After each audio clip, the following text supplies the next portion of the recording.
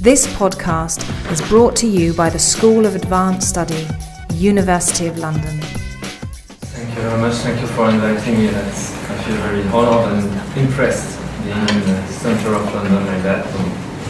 So, today I'm going to talk about emotion and odours. I'm trying to cover something that was already touched during the question of valence.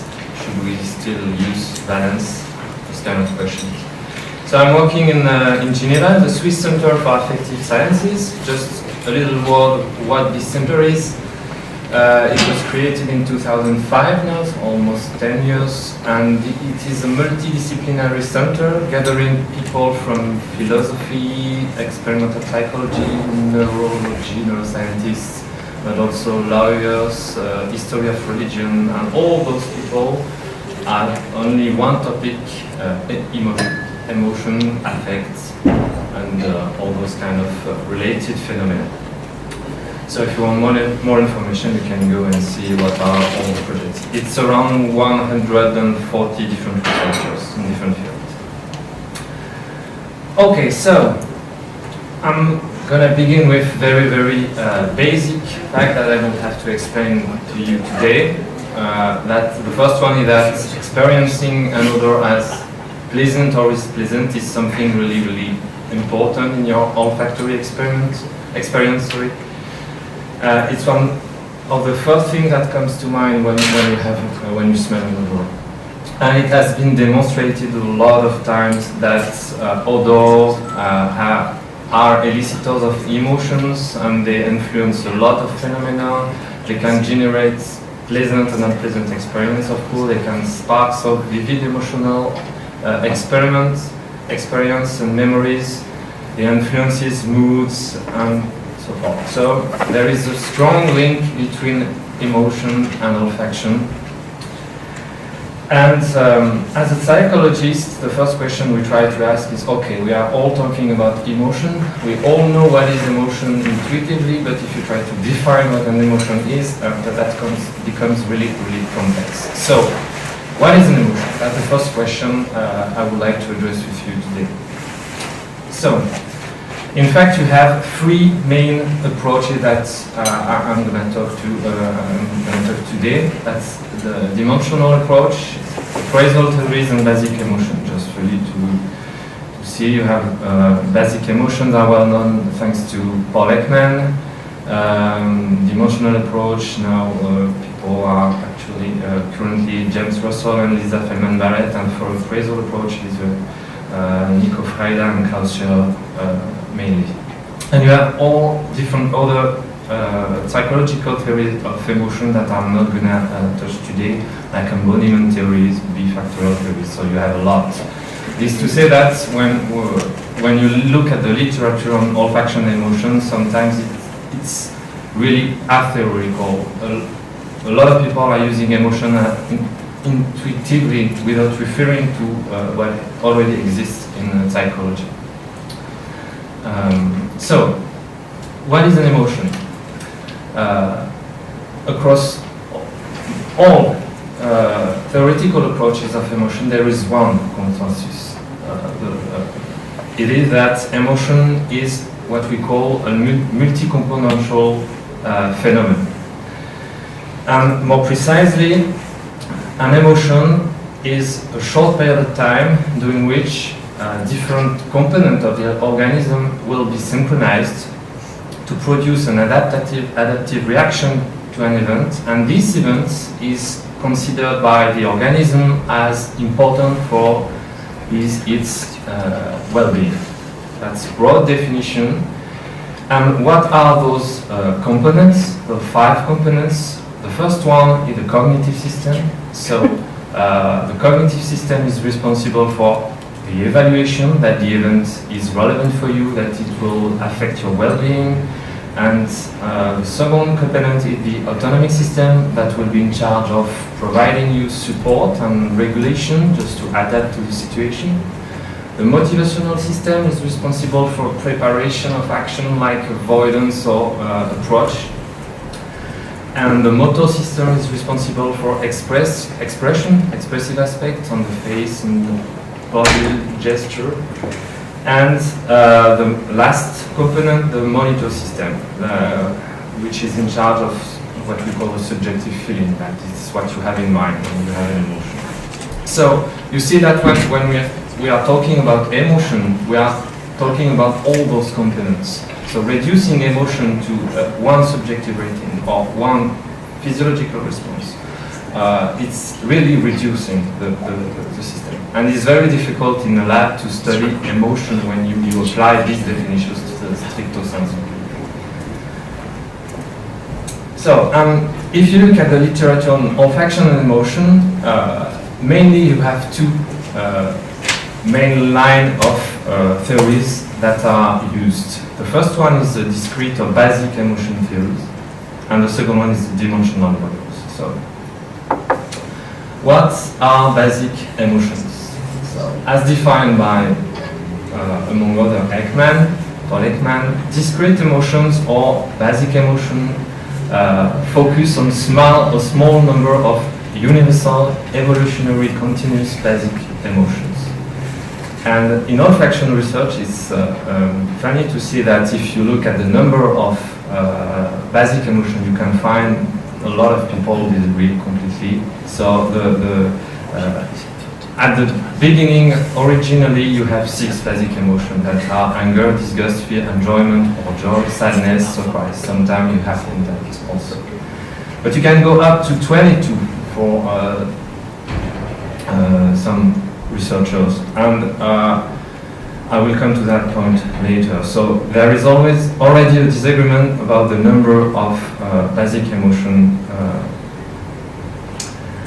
and the main question is how are basic emotions elicited and differentiated? What are those basic emotions and how they are elicited and differentiated? In fact, basic emotions are based, according to Ekman and others, on phylogenetically stable neuromotor programs that you would have in the brain, and they are characterized by emotion-specific response pattern, meaning that your physiology will be specific for anger and physiology will be specific for fear, for joy. And the way the emotion is elicited is that the event is automatically evaluated via a kind of database lookup, so a matching template, and if you have a positive match with what is stored in your brain, then it will trigger a prototypical affect program. And this evaluation is supposed to be immediate, unbidden, opaque, unconscious, and automatic. That's really strong claims, you see. And Matsumoto and Ekman gave this example for smell that was really interesting. So the perception of smell of feces may match the schema of contamination in the emotion schema database, triggering the emotion of disgust. That's the process underlying basic emotion elucidation and differentiation for Ekman. So what is really important is that each basic emotion, to be considered as such, as a basic emotion, should obey those different assumptions. The first one is specific condition of emergence. I will come to that point. A specific response pattern, meaning that your behavior and your physiology will have one pattern specific for anger, one other pattern specific for fear, and so on. A specific cerebral pattern, so there is one network for fear, one network for brain for anger, and a specific expressive pattern as shown on the face, for instance, facial expression. So the question we ask is really, can we apply this kind of theoretical framework to odor elicited emotions? Let's take the specific condition of emergence. I could do that for each assumption, but let's focus on this one. So the underlying hypothesis is that a specific odorant should elicit a specific emotion, if we follow stricto sensu the definition. And it should do so independently of the context, and in a kind of automatic fashion. But we all know that at least the hedonic response to an odorant is very sensitive to personal factors like value, personality, learning, and also to context. And I'm going to give you a couple of examples.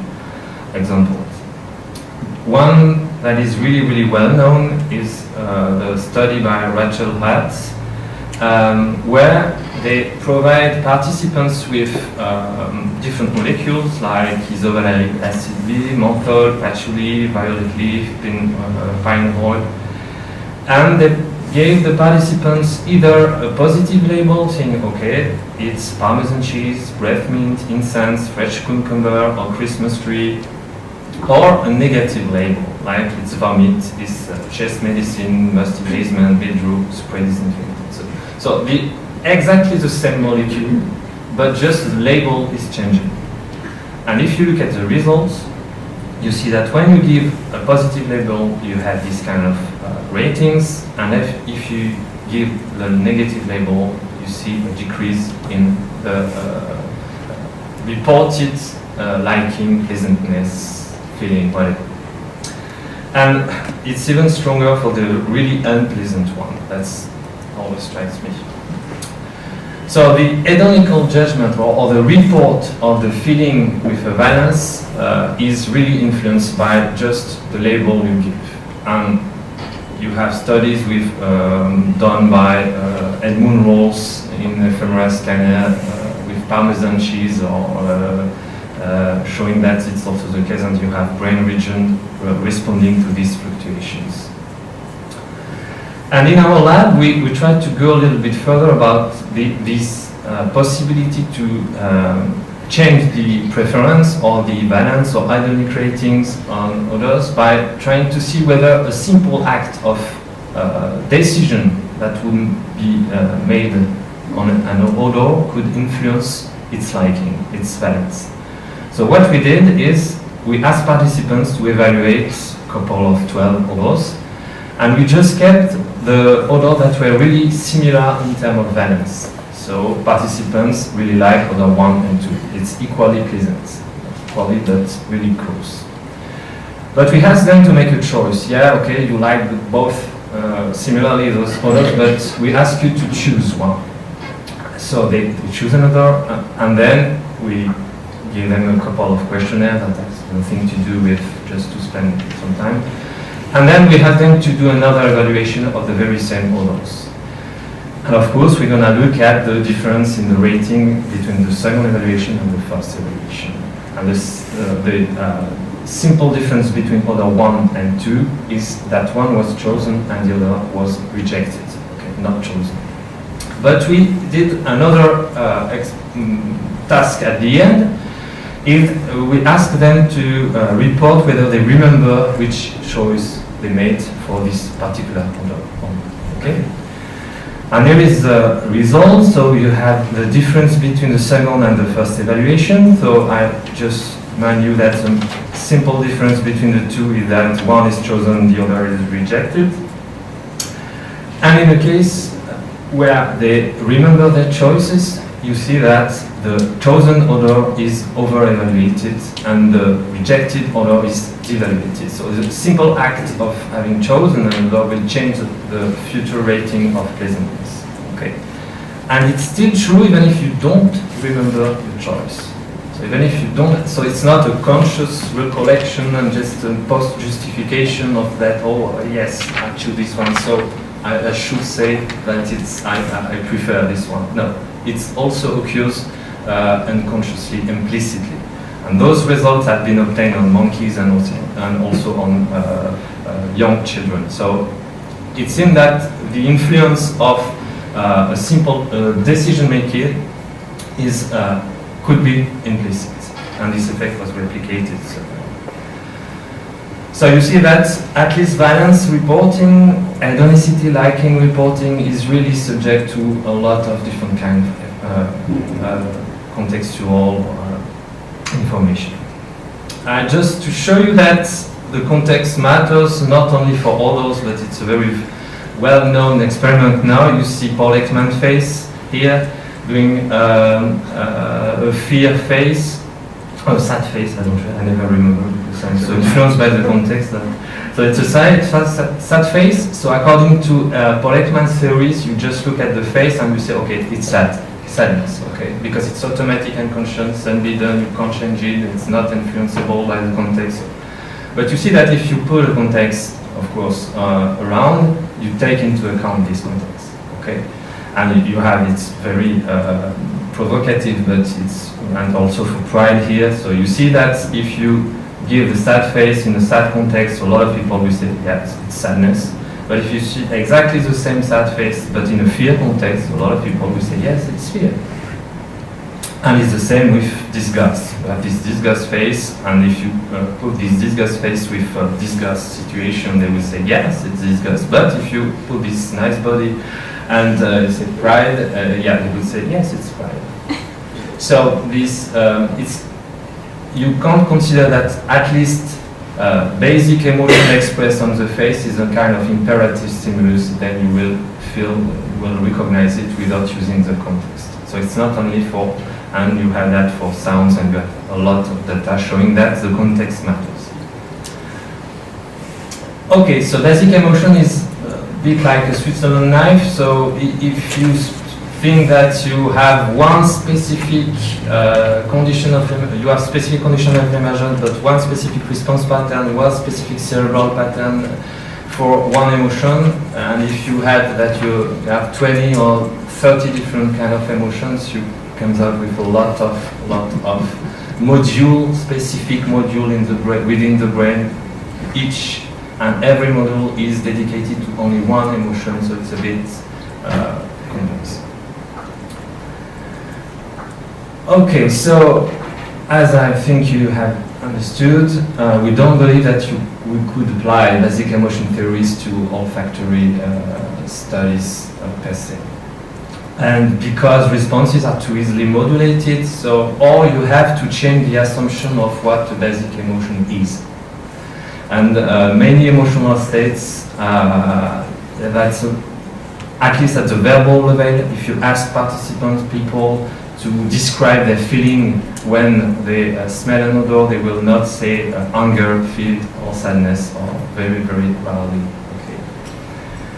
But this model is kind of reinforced by some research studies in olfaction that argue that maybe the chemosensory preferences, they don't argue that basic emotion, but at least valence or chemosensory preferences could be hardwired and inflexible.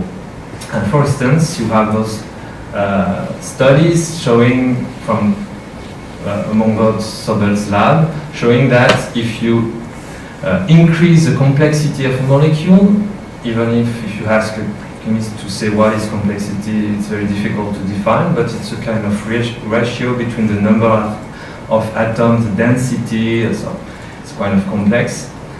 But anyway, if you have a simple molecule,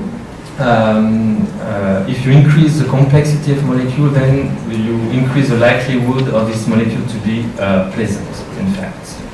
And if it was completely true, and I do it like that, a simple change in complexity would result in a simple change of pleasantness. That's a perfect correlation. It's a bit provocative, but what you see when you look at the result is more like that.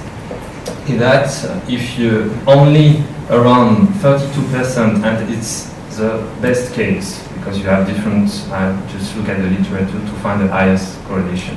32% of the variation in complexity in pleasantness could be explained by the variation in complexity. So meaning that you still have room for influences. So you have other line of researches like this one.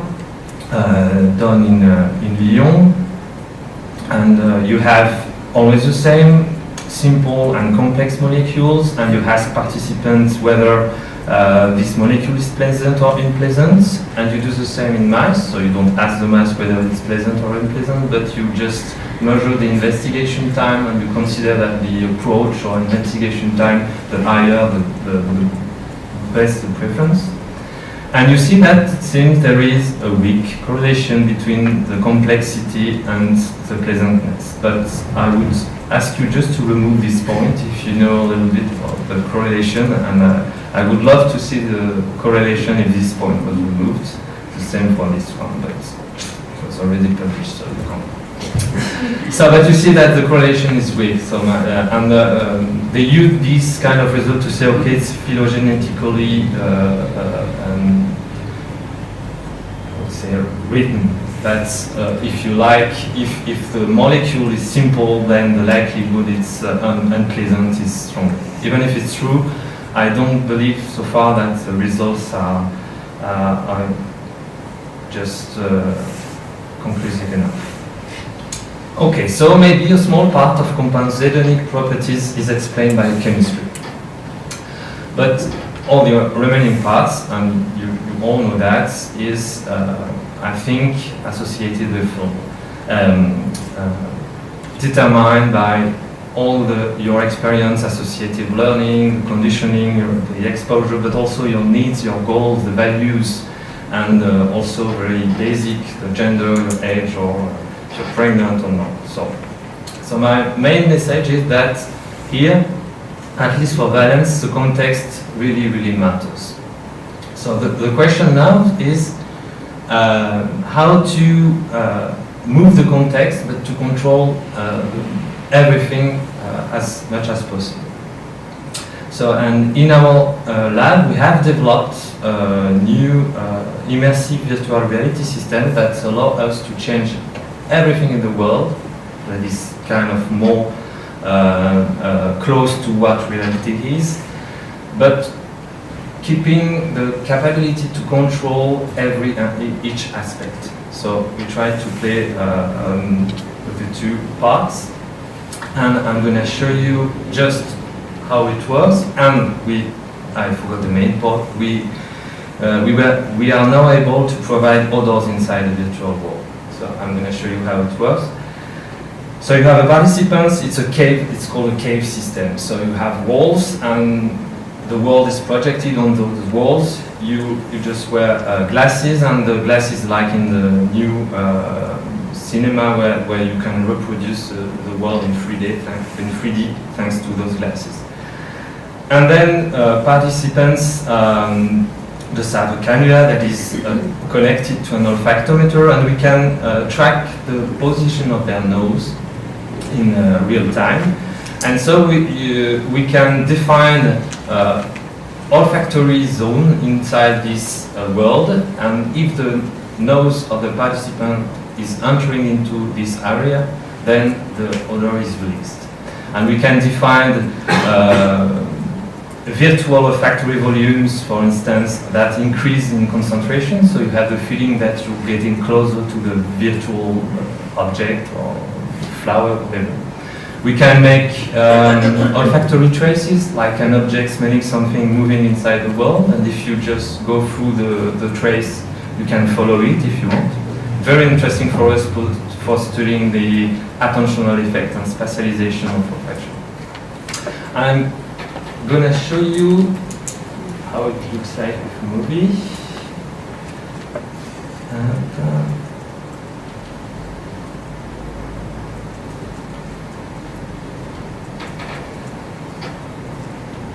okay, so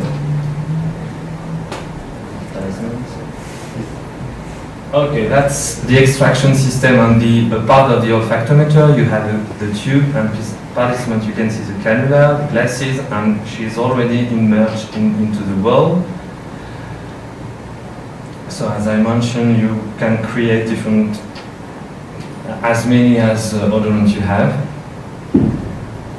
This is all. So far we can provide 28 different odors, or 28 different concentration of the same odors, and you create the world with software, and you define zones around objects like hamburger, flowers, you see. And now she's inside the world, so for us it's not in 3D, of course. And you see she's moving the world around her with a joystick, and she's smelling the soap. And when her nose is entering the zone, she's smelling the olfactometer is delivering the odor and she can smell it.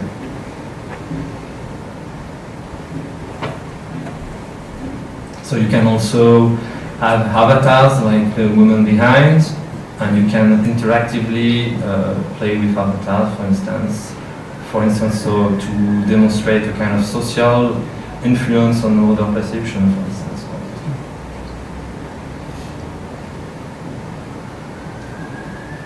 So we really have the feeling that she's inside, because but for her it's really like real flowers. And we can also measure psychophysiology or EEG inside the. And I will show you. So the main question of olfaction is, to be a little bit more technical, is cross-contamination, for instance, or the ability of the system to be really accurate in terms of delivering one odor in space and just aside another odor completely different. So we run a two alternative for choice. I'll show you. So the idea is to have two spheres that are 5 centimeter diameter, and they are just separated by 5 centimeters. And in one sphere you have one odor, and in the other sphere you have the other odor, and we ask the participants to say in which sphere you have lavender, for instance. So to get the position of the odor that is asked for the experimenter. And when you answer, the two sphere disappears, you will see the two sphere. But it's a very basic well, because we want participants just to concentrate on the floating smell sphere, the sphere. So, okay, sampling the first one, sampling the second one, and then answering the question, where is the target odor? So that's on the control computer, but inside, and with the joystick. So in the virtual environment, it looks like that. So you have the two floating spheres. Oh, she's smelling the first one, smelling the second one, and then choosing where was the lavender adoption direction.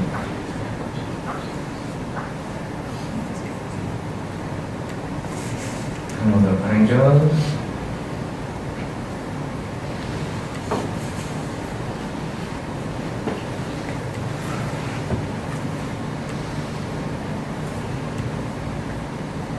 And it's really funny to see people how they react, really like in real life with the odors. Like for us, it's very important because we have exact position of the nose, so we can see whether they will approach or avoid. And action tendencies in emotion is a big deal, because it's very difficult to measure action tendency. In fact, I think we'll have a new measure for that.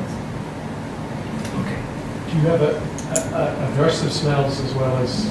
We didn't. Yeah. In fact, we are beginning a new experiments where we're going to test the influence of the world on the perceived smell.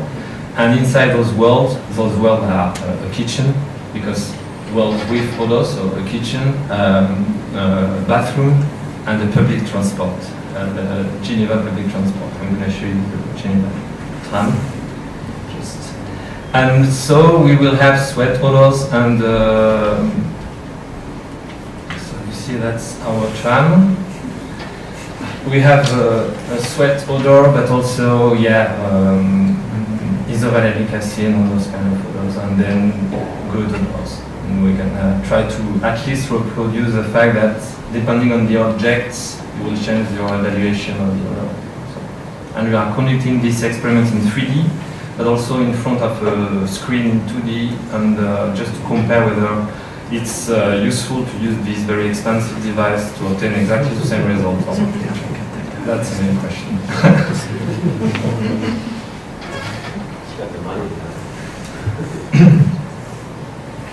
No, but for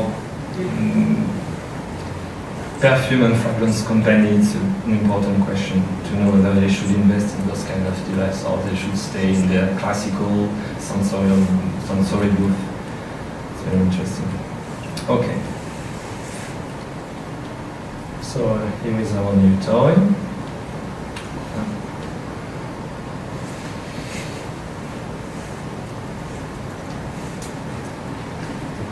Okay, so I don't have any, I don't have results so far because we are just beginning all these experiments with virtual reality.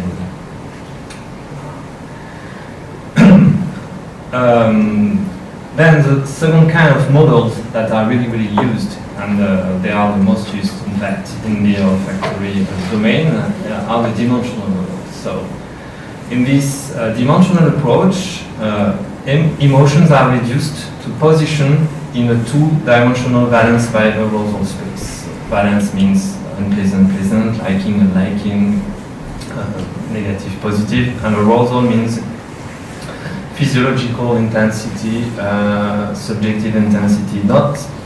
It shouldn't be the odor intensity per se, but it's highly correlated. So, and sometimes there is a third dimension that is potency, your ability to cope with the situation.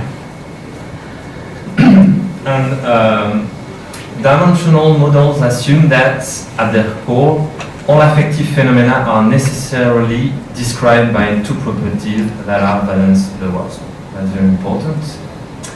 And I would say necessarily, and you will see, but not sufficiently described by those two properties.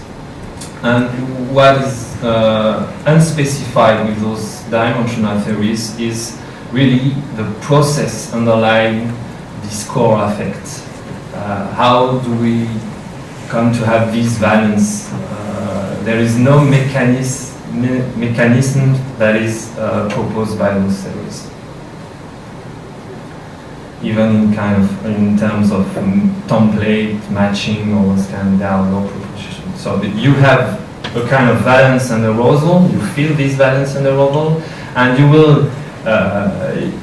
They also are called constructivist theories because you will feel something like a valence and arousal, and you will construct the meaning of your emotion because you will see the situation around and you will reconstruct your emotion.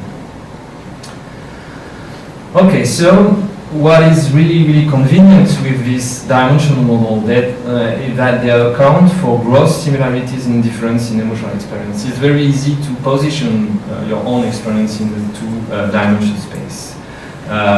But our main concern is that you lose a lot of important qualitative differences into your emotion if you just place in a two-dimensional. Because if you do so, fear and anger could be exactly on the same part of the dimensional space, and fear and anger are not at all the same. So we try to see whether with olfaction, we did a lot of studies with verbal reports. So verbal report is only asking participants to report their feelings, so it's only one component of the emotion. And the question we ask is, can we identify a taxonomy on number and the organization of terms that could be specifically used to verbally report the subjective affective experience and use by odor?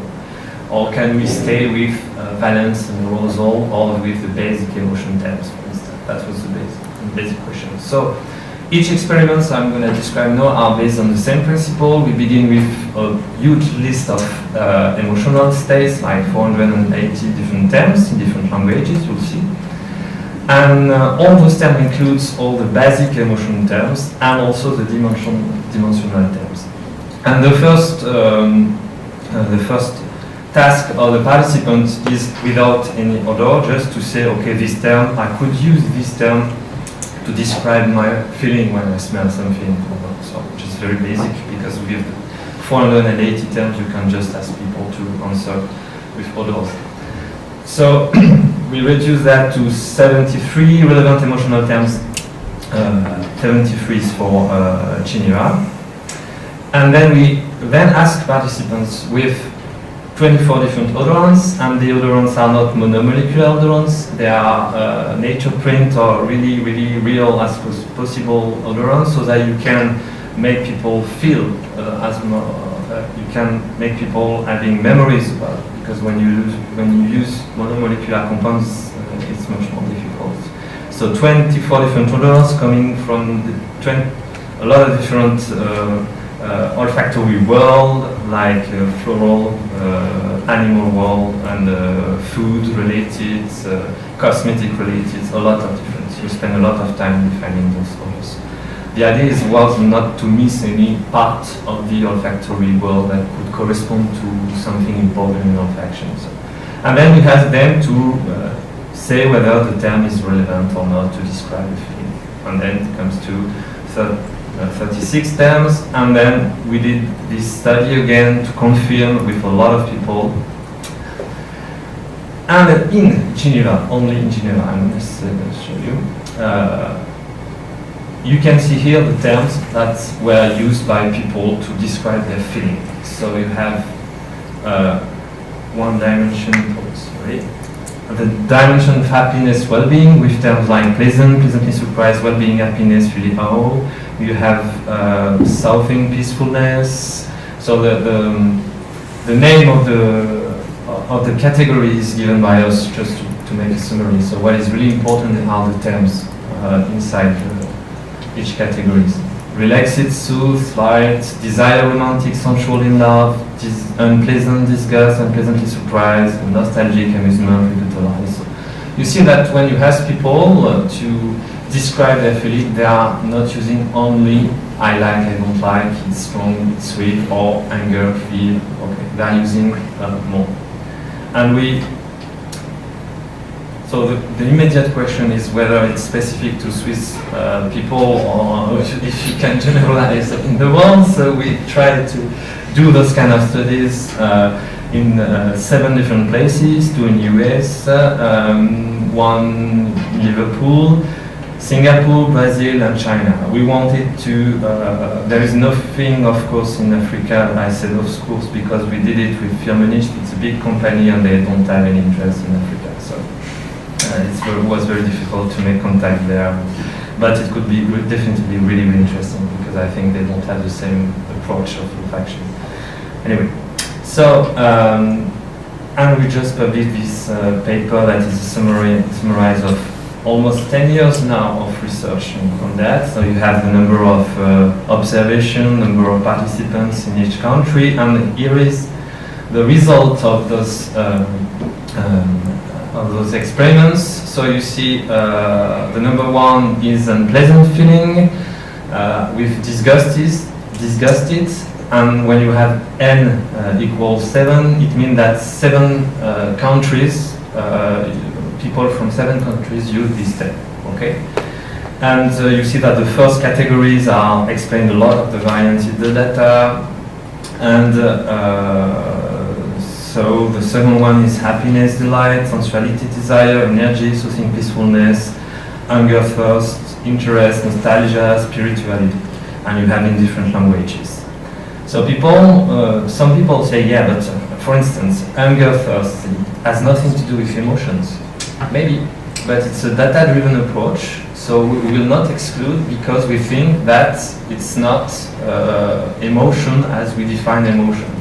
The question was really, you as participants, would you use this term to describe a feeling, and they use this term, so there is no reason to exclude it on the basis of our own conception of emotion.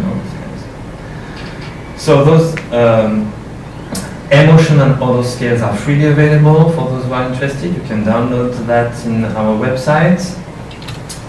And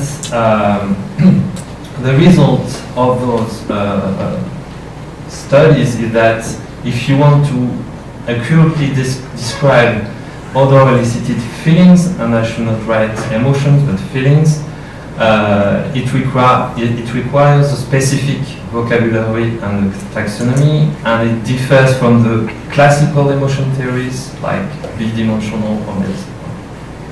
And if you look more closely at the different categories that were extracted from those studies, you see that they don't just come out from nowhere, but they reflect the role of olfaction in well-being, in social interaction, in danger prevention, in arousal and relaxation sensation, and also in recollection of emotional memories. So it really fits the different function of emotion, of olfaction.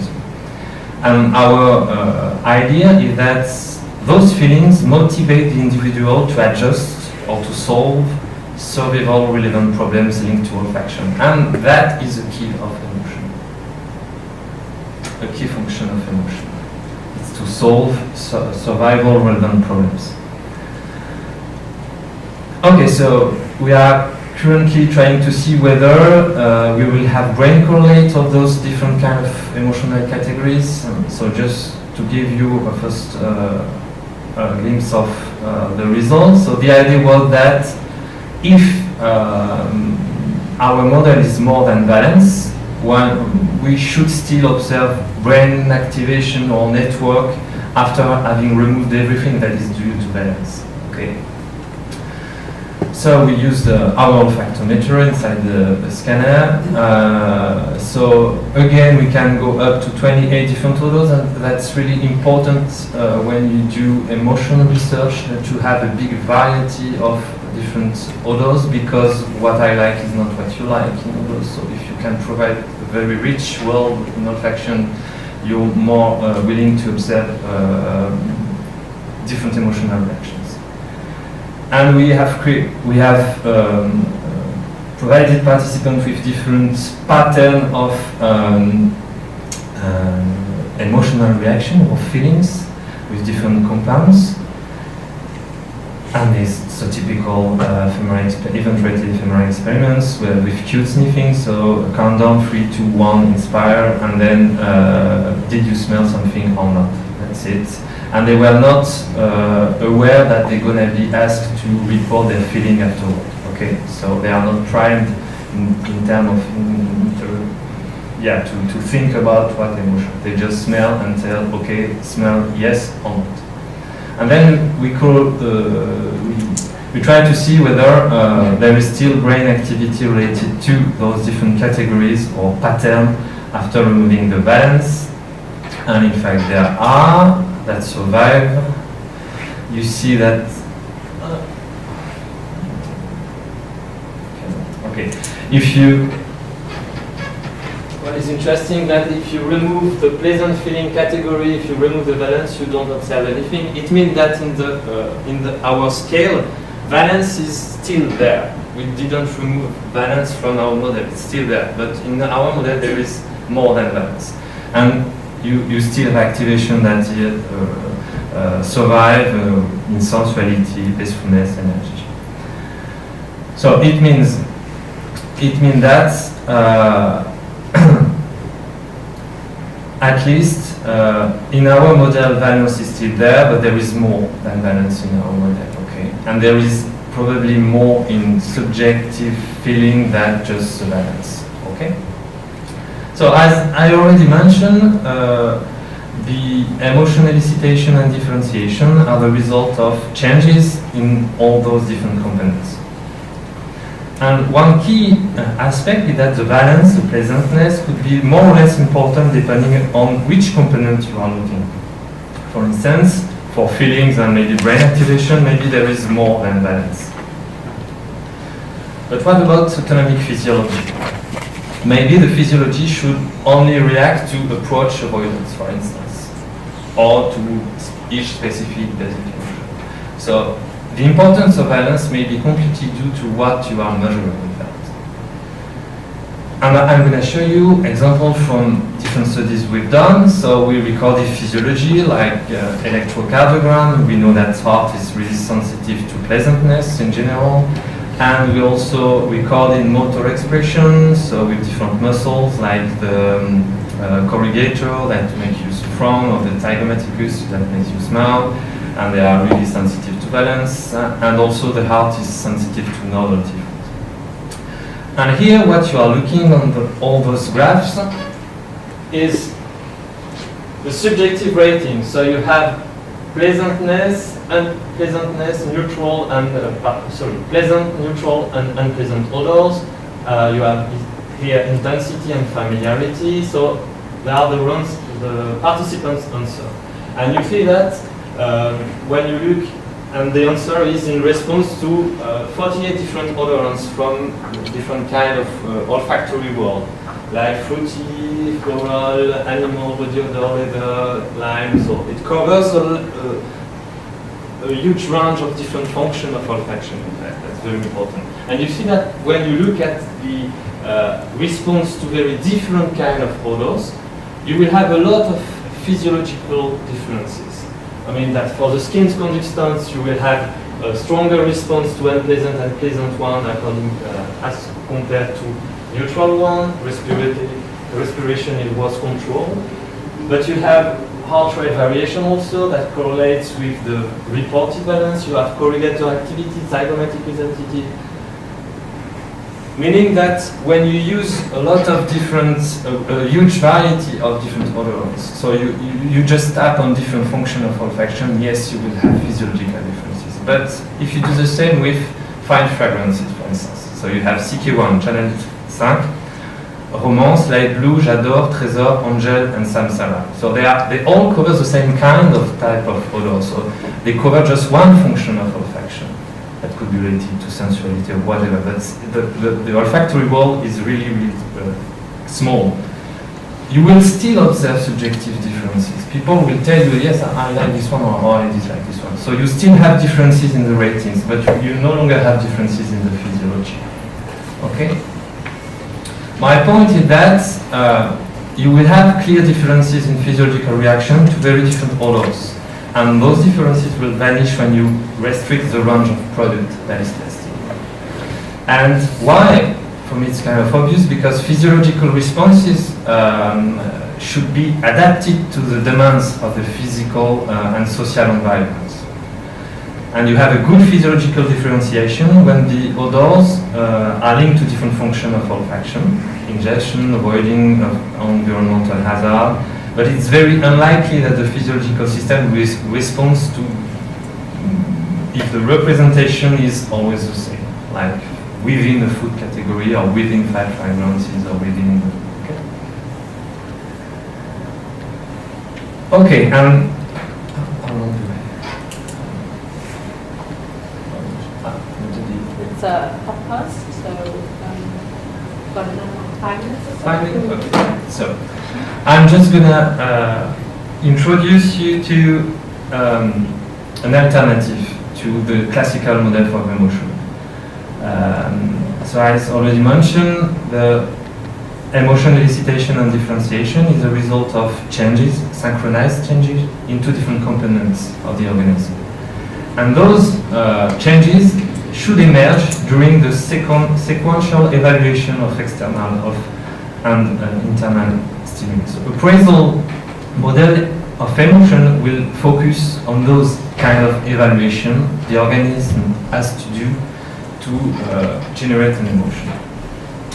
And you have here a summary of what kind of criteria or what kind of appraisal an organism should solve to elicit an emotion.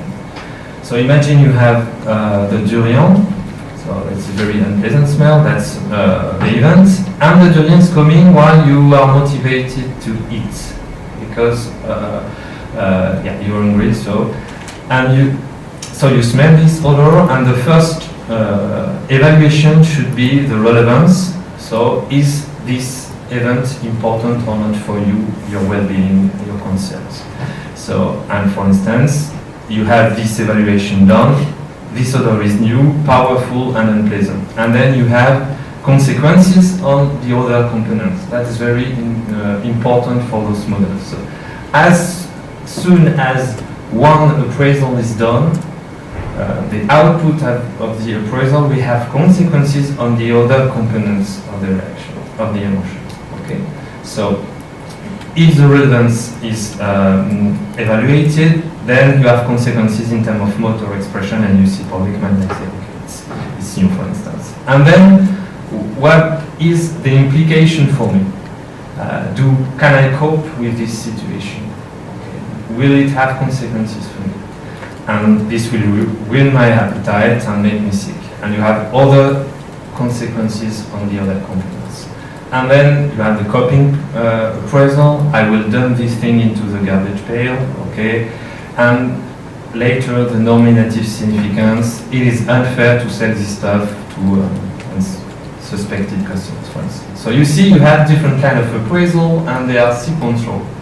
So that's a summary of the model. The whole model is here. So you see you have still the relevance, and what is evaluated is novelty, suddenness, familiarity, predictability, intrinsic pleasantness, goal, and nil relevance. All those things need to be evaluated and will have consequences on other components. And later on, we will have the causality, the motive, the outcome probability, the discrepancy from expectation, conduciveness, urgency, and so on and so on. It's a very complex model, but it's really interesting to work this kind of model because you can ask questions and manipulate. For instance, you can manipulate the goal and need relevance by asking participants to judge odors before and after eating. What you change is just they are not the odorant is, for instance, no longer goal relevant because you fulfill your goal by eating. Okay. And you can play with all those appraisals and see whether they have an influence of the resulting emotion or not.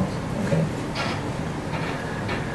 But it's also a model that could explain everything, so it's not a good model at all. But at least to propose hypotheses, it's a good model.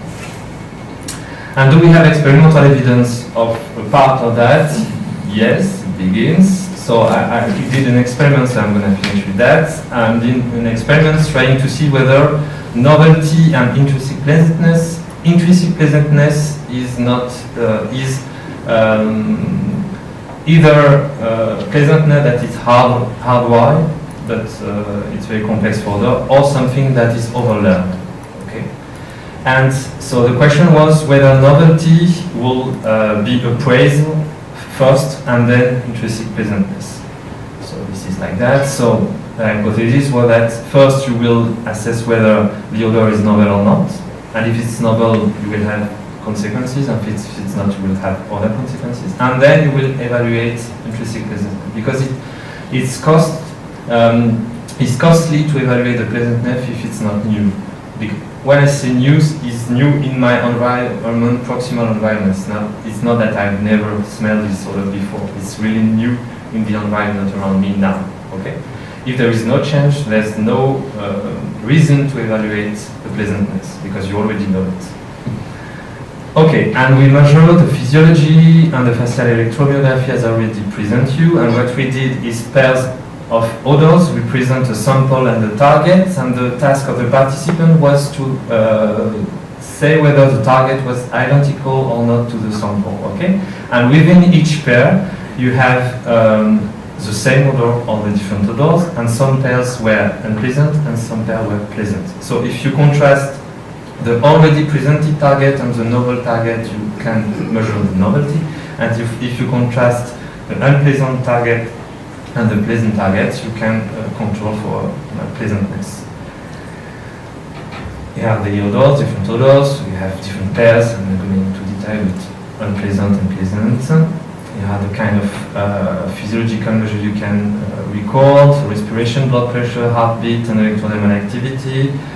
And you have here the results. So you see in green the response to novel odor or repeated odor for both the frontalis muscle, and you can see that, and for the heart rates, and you can see that you have an effect really early.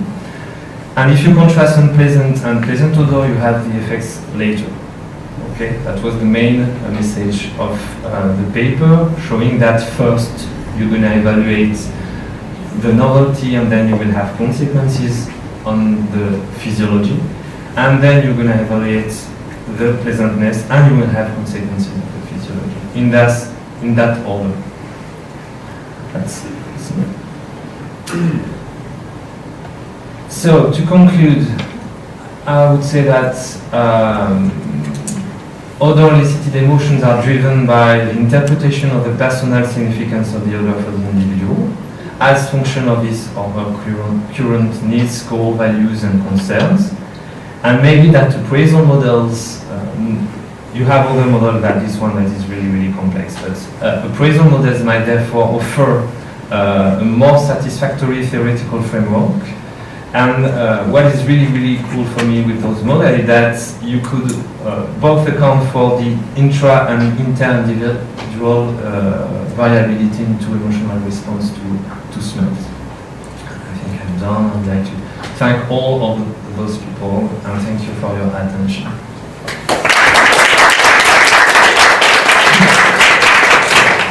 So Alisa's going to come and give us a response to that, and then we'll have some questions.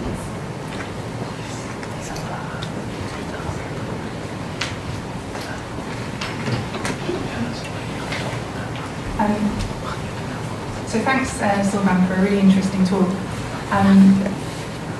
One of the kind of questions or the issues that I think was raised by the paper that you sent and that you actually kind of brought out yourself in your presentation was the question of what research into olfaction and emotion is research into.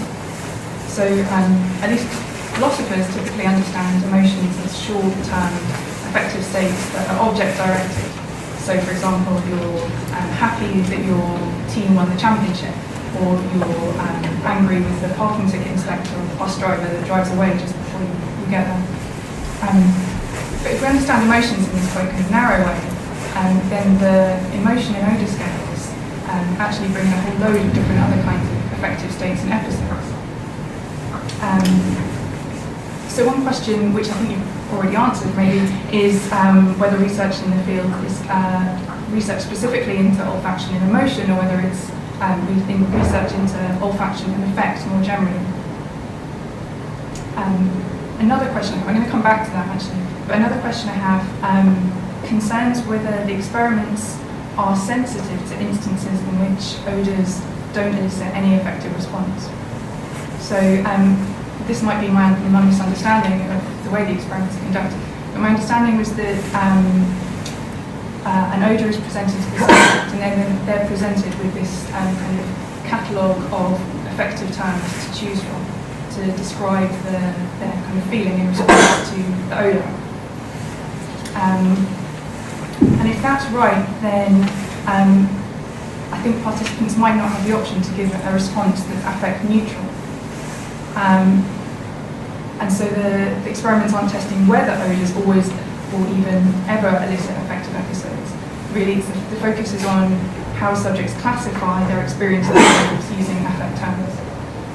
And I think my concern is that there's a possibility that in some cases participants might just be making judgments about something like their olfactory experience or about the odour itself, rather than accurately reporting affective state or episode that they're experiencing in response to the odour. So aside from the question of whether odours do always elicit affective responses, I think there's also a question about whether we can find a way of distinguishing between cases in which subjects do have an effective response and accurately report it, and cases in which they don't have an effective response, but they're still able to make a judgment using these effective terms, but these are the terms that are made available to them, but actually they're talking about their olfactory experience with odour. But that might bring us back to the question of what kind of affective states are elicited by odours. Because if we can find a way of distinguishing between those two different kind of options, then we might find that once we exclude cases where subjects aren't having any effective response to the odour, then all the effective terms that are kind of remaining in use are all of a specific kind. So they might all be kind of mood terms rather than emotion terms or something like that. And if that's the case, then so it might turn out that odours do elicit a particular kind of affective state, but it's just not emotions, it's moods or some other kind of non-object directed affective state. And that might also go somewhat to explaining why the basic emotion theory doesn't seem like any sort of paradigm. Because if it's right, then obviously things like anger, fear and sadness aren't elicited by odours because those are emotions, and the suggestion is that odours don't elicit emotions, they elicit moods or some other kind of affective state. But again, if it's right, maybe that would mean that the appraisal theory wouldn't be such a good model as well, if that's understood, if appraisals are understood as evaluations of objects or events or states of affairs, so they're kind of object directed as well. I'm not sure. So I think an overall issue is whether research into olfaction emotion is concerned with the kind of affective state that's elicited by odours, if that's an important question or not, and whether there might be ways of using the experiments that are already kind of in play to kind of tease apart what kind of affective states are elicited. And another issue that I think Sylvain's research raises is whether there's a special connection between olfaction and affect, and what that connection amounts to. So right at the start of his presentation, Sylvain described odours, I think, as powerful elicitors of emotions. So one question is whether this is true of odours specifically and not of other kinds of sensory stimuli. After all, stimuli in other perceptual modalities do elicit affective responses. So what's kind of special about the connection? And I think at the start of your presentation, it was definitely in the paper, you said that it's been reliably shown that experiencing an odour as pleasant or unpleasant is a key aspect of olfactory experience. So I think there's a number of ways we can unpack what that claim is. But one way is that it's a constitutive claim about olfactory experience, i.e. it's a necessary condition and something being an olfactory experience that it elicits an affective response. Now, I don't think we'd want to say that about all kinds of perceptual experience. So it might be that the kind of suggestion here or the assumption in the literature is that what differentiates the kind of special connection between olfaction and emotion or affect is that it has this kind of necessary constitutive role. And if that's right, then that would give a very kind of quick and dismissive response to the question I raised earlier about whether the experiments need to be sensitive to cases in which there's no effective response. If the elicitation of an effective response is a necessary condition on something being an olfactory experience, there are not going to be any olfactory experiences that don't elicit an effective response. So in which case the experiments don't need to be sensitive to that kind of case. Thank you.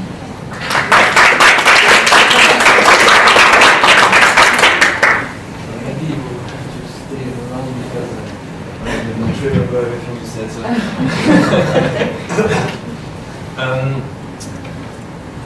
So the question is whether you can have an olfactory experience that will not be emotional in a way. So, in fact, in our questionnaire, if you just answer not relevant to all the terms, it means it's neutral. Because the terms are by definition emotional, so if you just say that it's relevant, it means that you felt something, or at least you report it. So it's a scale. it's a scale. Well, yeah, sorry, maybe I didn't mention that. It's scale. So if you just answer not relevant to all the items, it means that you didn't find this particular odor movement. So, then, can you just give me So are there different kinds of affective states relevant? the affective states? Yeah. You see that mood, in fact, are not supposed to be elicited by particular objects. In the psychology literature, it's more than a mood is something that is a kind of background, an affective background that will influence the cognition and the appraisal of the events, but it's not supposed to be linked to a particular object, or could be to the repetition of a particular object. You have cases like that. But it's a long-lasting affect phenomenon. And emotion is really linked to the perception or the remembrance of a particular event, and it's a short period of time. If it's lasts too long, an emotion shouldn't last too long because it's really costly in terms of energy, and it should be regulated, and that's it. So for us, it's quite clear whether what we are studying is more emotion, because it's always related to one event, particular event, you smell it. And concerning also the fact that odors seems not to elicit anger or fear, we believe that if they don't do so, it's because you don't give the appropriate context for the emotion to be elicited. So you can smell an odor that is always worked by someone you hate, and then just a smell of the odor will make you angry. But it's because the association of with a particular context. So yeah, in certain cases you can have an anger reaction in response to an odor, but it's not in that case, it's not the reaction to the odor per se, I would say, even if it's within the context of smelling the odor. So, and in fact, when you ask people, they don't use anger for response to something else. I don't remember. The last one was olfaction specific. Yes. Domain specificity. In fact, we've done exactly the same studies with music. And in terms, when you look at the categories, they are not olfaction specific, affective specific. They are like sensuality or kind of, or well-being is not emotion specific. But I would say that those categories emerge because they are really linked to the function of olfaction. That's why they emerge. But they are also there for other modalities. And maybe for other modalities, those categories, the weight of each categories in the emotional space will be different. So it's not just the categories, but is there a special connection between olfaction and emotions? So is there kind of a connection rather than... There are several ways of answering this question, because you have, as Jay presented this morning, you have really close anatomical functional connection between olfactory systems, nasal system and the limbic system that is responsible for emotion elicitation and differentiation. So that's one way of answering this question. I'm going to have to move us along to a couple of questions from the rest, but we do have a coffee break, so anybody who doesn't have their questions answered, either here or even the coffee break, I'm sure we can also continue this by email. So I have a couple of questions from the floor, from the class of olfaction. So I think this picks up on some of the other things that Alisa was getting at. I mean, it could be that rather than thinking as a constitutive tie to emotion as a constitutive tie to evaluation, but pleasantness and unpleasantness, although they have kind of emotional dimensions, might actually be very behavior guiding, and the liking, not liking is not necessarily the same thing as emotion. So for example, it's not surprising that you're getting funding from Femination and others to do this, because when Joan and Philly and I were in the Pangborn conference, almost all the talks by the industry were about how we have to get beyond liking for our products, but we have to associate emotions with our products. So it may be that they see quite a big division there. They say, you know, you make a product, you give it to people, they say thumbs up, thumbs down, and they say no good, we want them to have emotions. So it could be that it's a constitutive link to evaluation for behavioral reasons, choose or don't, approach or avoid, but the emotional dimension of that is just a sort of accompaniment, rather like it's an accompanying emotion when you're doing some of these tests. You know, sometimes when people say, what do you... So I've done one of these tests in Geneva. In fact, at a conference Ophelia and I were at, Cher got us to take 20 wines. Were you there too? 20 wines, and we had to have emotions. And it was very difficult to have emotions. I was looking at the box that said none, or I had a general emotion because they were Swiss wines. Believe that on something. But it's very hard to have, but you could have other emotions like, I feel anxious because I'm having to make a snap judgment or a test. These are sort of separate. Yeah, but theoretically you could measure that if you ask the question whether does this test make you test you. So in our model, valence is really at the core of the model. Of course, it's still present, but our claim is really that if you just ask valence, you will miss important part in the pleasant domain, mainly because unpleasantness is quite straightforward, like I discussed. But in the pleasant domain, if you just ask liking, there are different ways of liking and different functional consequences linked to the liking. And Also, we try to make big differences between approach avoidance and valence, because in some cases, think about fear and anger. They are both unpleasant, but fear you try to avoid, and anger you will try to approach. So there is, in human, at least a big dissociation, some cases, dissociation between the two. That's why we are trying to find behavioral measures of approach avoidance that could be different from the simple rating of valence, and it's always problematic for us. And so, yeah, I don't know if I answer. It's in the ballpark. Yeah. Shall we have one more question from the floor and then move on? There is another question. Okay, great. Do you want? Yeah, sure. Okay, great. Okay, we're going to have one more quick question. So I was quite interested in the temporal process you dissociated.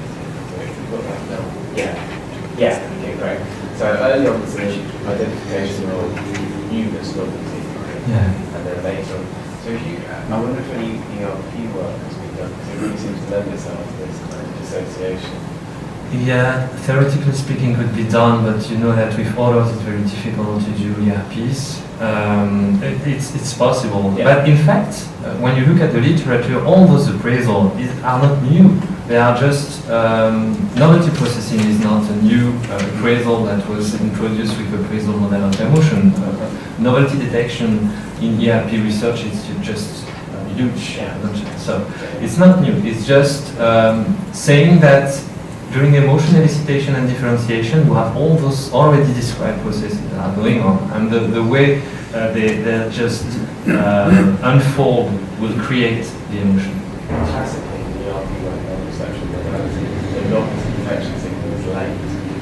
Emotional valence stuff, pleasantness, much earlier. It's like face stuff, auditory perception, all that stuff. Yeah. Okay, we're going to have to keep moving, I'm afraid, but thank you both very much.